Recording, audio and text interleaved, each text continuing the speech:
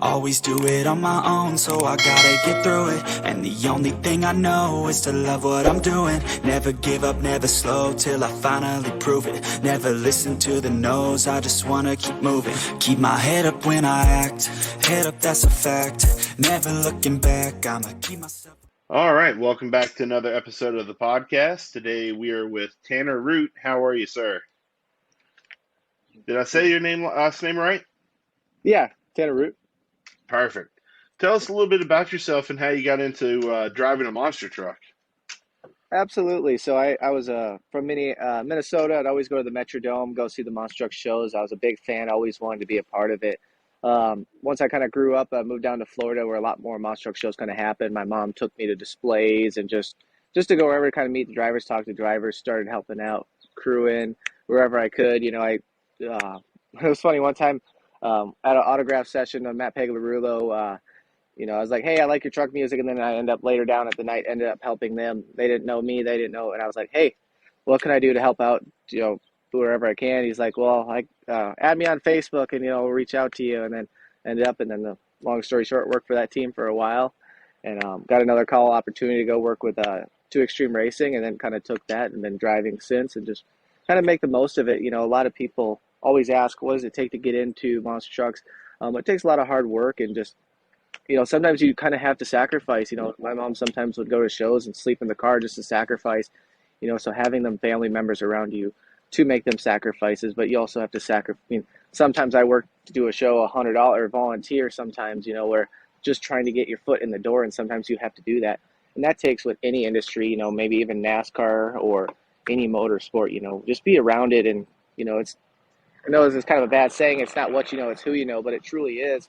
The more you reach out and people understand who you are, they really want to work with you. Very true, very true. How many teams have you worked with? So I've worked with the Pagliarulo crew. That was the first one I kind of went on the road with, and that was actually my first. Went to like a different city doing different shows, so it was a cool experience. Did 2 Extreme Racing. That was my first driving opportunity. I was with that team for 2 years. Trying to count. I've driven for a couple other great promote. I've worked with Donnie and his aftershock truck. Did one show with him recently. Worked with Mike Vaughters. He's definitely a legend in the industry, so it's really cool. And got the opportunity to drive Junior's truck. Overkill Evolution was an opportunity. Let alone the history behind that truck, and then the owner himself, Vaughters. He's been there, done that. Same with Jim Cretin. It's the people that have been around has been absolutely amazing. We were just in Europe, and I was around Dan Patrick.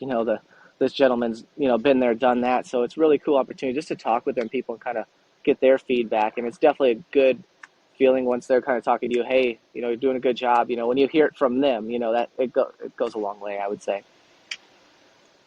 How hard is it to actually drive a monster truck? It's not too bad. One thing I'd say I'm very thankful for is we did the Monster Jam Triple Threat series, and in them small arenas, you really learn quick.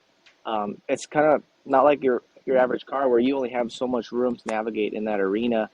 So that's probably the most important thing, is knowing where your boundaries are. But it is pretty easy. Your steering is your front for your front wheels, and then you got a toggle switch on your handle there for the rear. It's just a lot more horsepower than your average car, but it's a lot of fun. Definitely a good feeling.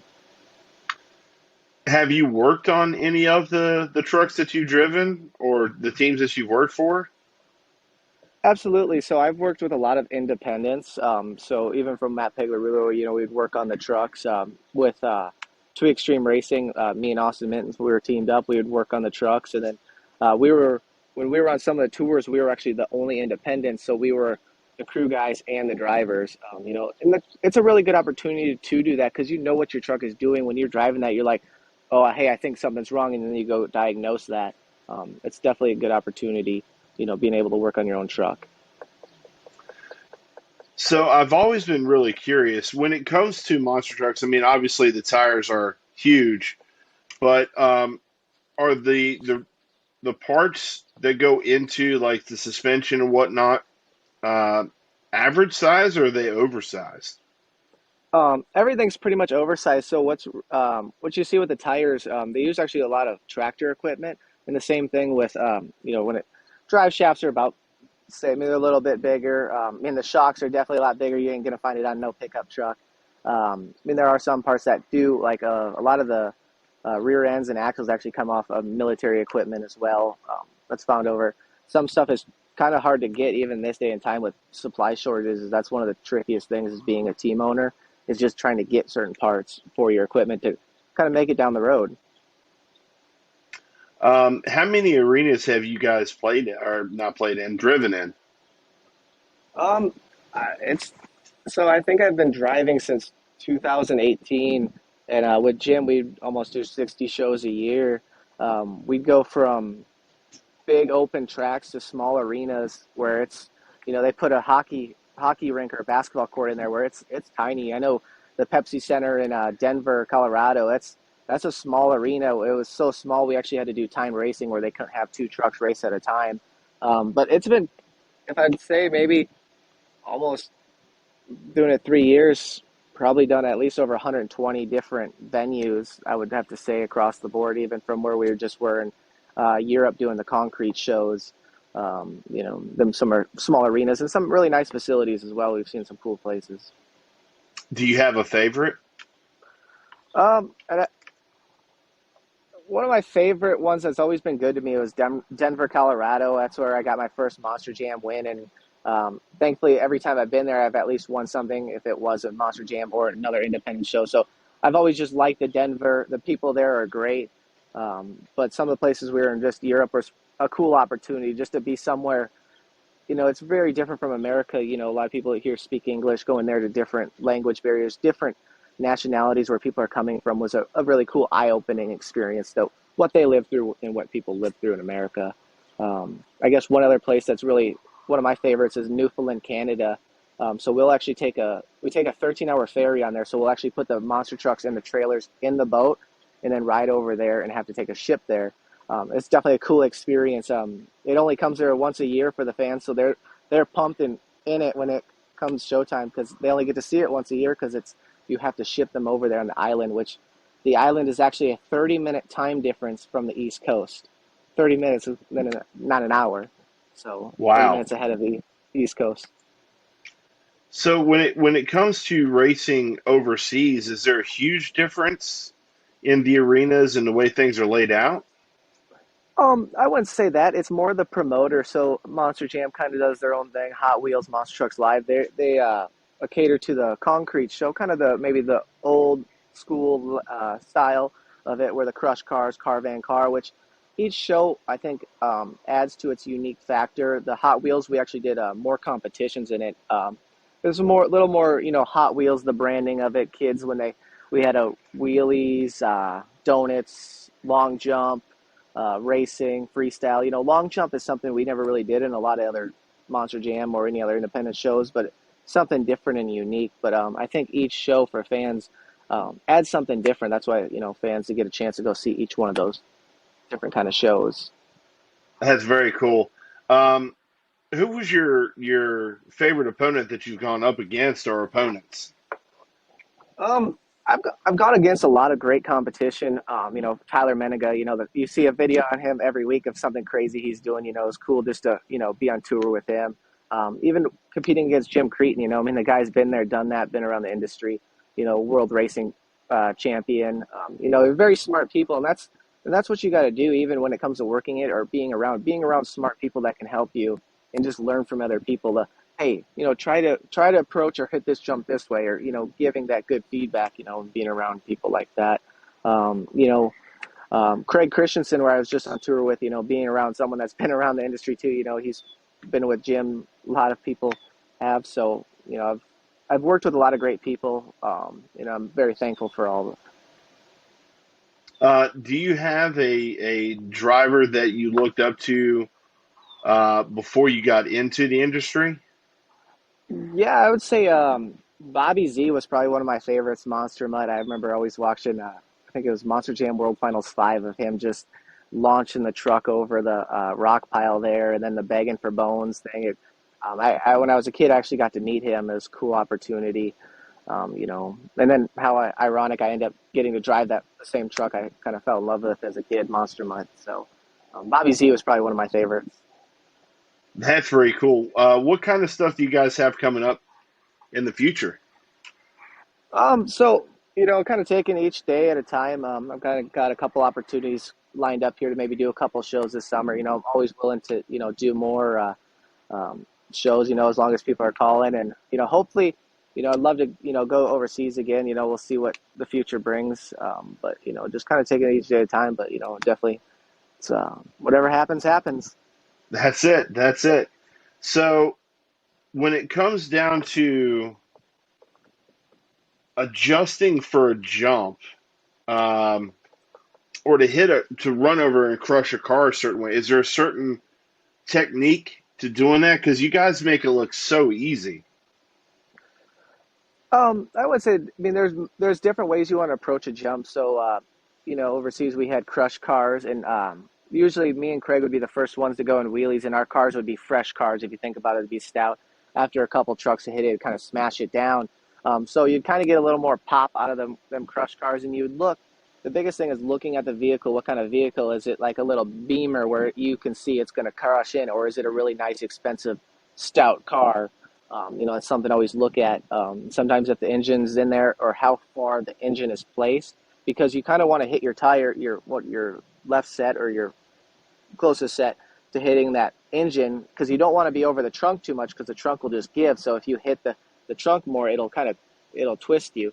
It all just depends. Each jump's kind of different. Sometimes there's K rails out there. I think we had K rails in where we were a couple weeks ago. Trying to think where we were. It was I don't know where we were at. It was an all-star monster truck show, but they had it was kind of a dirt ramp. So, but the backside was kind of set up for wheelies. There was no cars out there, so each show lends its own unique approach. Some jumps you see how steep the dirt is. Like you don't want to go when the ramp's this steep of dirt. You don't want to just go plow it at 30 miles an hour. You want to maybe come up to it, lay your brakes down, and then pop, and then let your shocks settle down, and then gas it to kind of pull that wheelie. Depending on what competition you are, if you're doing wheelies or freestyle or what move you're looking to do. Now, something that I found interesting, I've seen past Monster Jam shows where it kind of looks like as the truck's in the air, if they let off the accelerator or accelerate more, it kind of drives the position of how the truck's going to land. Absolutely. So this is one thing I kind of was when I first started. I was really green, not knowing everything, and the more you're in the truck, the more seat time you get, the better you get, and that's with anything. The more you do something, the better you'll get at it. So when you see like trucks, when you're in the air like this, you wanna make sure you're kind of going through the air properly. Like if you're up like this, you want to kind of brake check to kind of set your front end down. But if you're like this, you kind of really want to try to gas it to keep your momentum up because you don't want to land nose diving in. So you kind of want to keep that constant flow because you want that truck to kind of land smoothly. You don't want it to land nose diving or land it on the back end. So like if you go up and hit your brake check, your truck's going to kind of go up and land the pogo like that. And that's stuff I've learned in the past, and it all comes with seat time, seat time, seat time. Um, That's very cool because I was always wondering how exactly that worked. I mean, I figured it kind of factored in with the tires, the way they were made, and certain things like that. Yeah, you'd be very surprised on how much, if you lay on the gas or if you break it, I mean, you'll see in a lot of videos like where you see people like lock up the tires, that's what they're trying to do because that momentum, if you want to level or straighten it out or continue to kind of ride that. That's so cool. Um, so, in the smaller arenas, is it more difficult to do more jumps and tricks in the air and things like that? Um, I wouldn't say it's more difficult. You just got to be more cautious of your surroundings. Their marina walls will come up quick, and they are very expensive. It's something you don't want to get into. Just the safety aspect of the show. You want to look, where you know what you're doing. But you just got to be very cautious.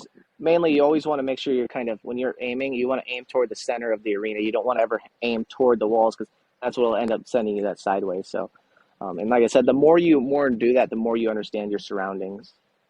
So, on the monster trucks, to kind of balance everything out, is it a a center engine truck, or is it more towards the front or the back? Or So I think the only truck that has a front motor is like the Max D monster truck. A lot of the other trucks they have the rear the engine behind the cab, so the weight will mostly be in the back. And some trucks I have driven are pretty light in the front, and you'll see like I think the Devastator truck before where it had a lot of horsepower, where you can see it do a wheelie from a straight dead stop. So depending on what the owner of the monster truck would want to do with their truck. I mean, some really like to build them that way or however they want to build them, to specify. But a lot of trucks, they'll run them in the rear behind the cab. very cool. And are those typically they're four-wheel drive, or are they considered all-wheel drive with today's technology?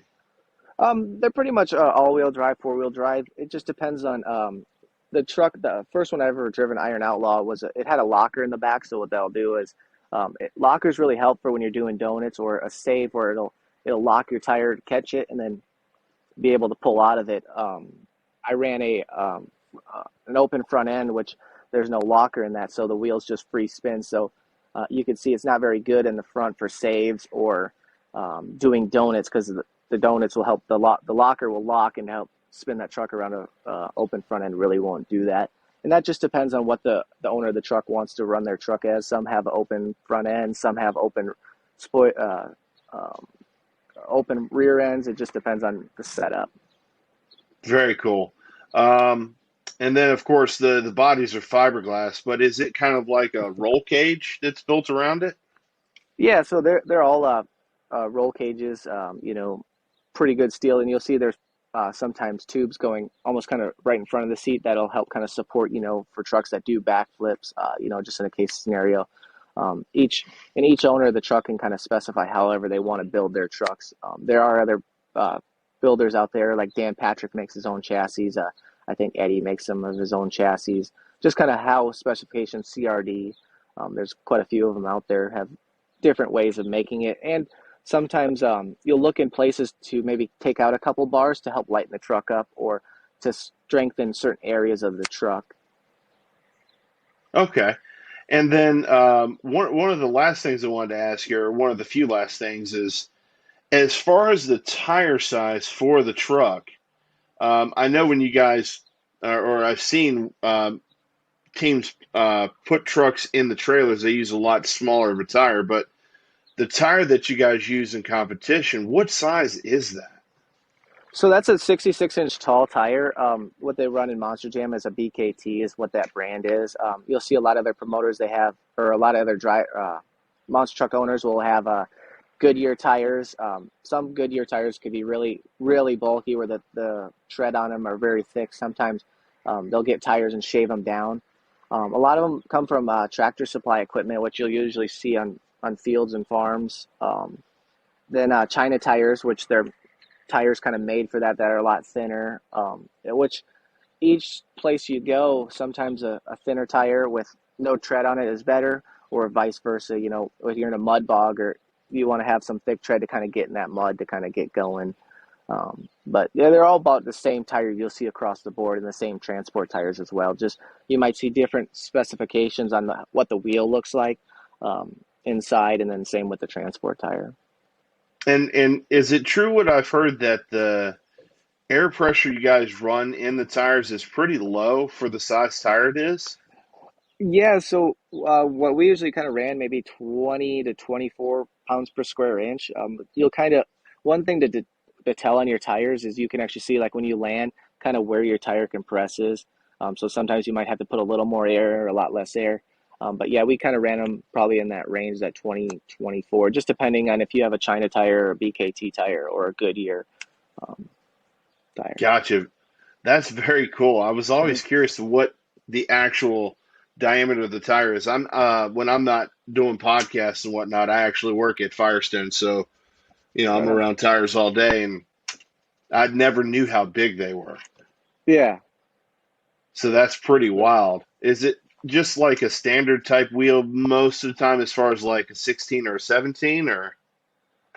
It's about the same wheel kind of across the board, just different specifications, what they want to do inside. I know last week when I was with Donnie, he had a little cutouts for so when sometimes when you're washing your truck or you get water in them, so the water will actually come out of the wheel.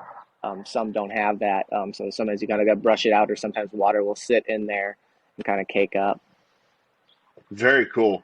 So, what do you have any towns coming up that people can try to buy tickets to find you race? Yeah, I'm supposed to be doing Cape Girardeau, Missouri next weekend. We'll be driving Aftershock, and then I think they might have a show in Canada a few weeks after that. It's always changing. Sometimes, someone needs a driver that weekend, or someone else fills that. Just kind of going by the seat of my pants. Like I said, hope to do some stuff this fall. Kind of working on another project, hoping to do a little more of that. So we'll kind of just see what the future holds. Just kind of taking the day at a time, and then once I kind of know more information, I'll try to post it or kind of let people know. And now I found you on Instagram, but are you also on Facebook or any other social media? Yeah, so I try to kind of run. It's a lot when traveling, just even to find a 2 minutes to try to post something or try to kind of keep people in that. But I do have a Facebook, and I think I try to be on the Twitter a little bit. It's just tricky sometimes. But yeah, Tanner Root Monster Truck, and then same thing on Instagram. Instagram's a lot easier to post from because you can kind of post that and it'll go to Facebook and try to get the same post out there. Because some people have Instagram, some have Facebook, some TikTok. But Yeah, yeah. It can be very hard to juggle, I would imagine. yeah. Well, I appreciate you taking time out of your busy schedule to talk with me. And I hopefully maybe one day you can come to my area where I'm at. I'm in Roanoke, Virginia, so you never know. Hopefully, I can see you race one day. Oh, absolutely. That'd be awesome for sure. That would be very cool. Well, listen, I hope you have a good night, and it sounds like your career's on the up and up, and sky's the limit. So hopefully, it does really well. I appreciate it. You as well. All right, man, and I'll definitely let you know when this is getting ready to post. Yeah, that's fine. All right, man. Well, have a great night. You as well. All right. Bye bye.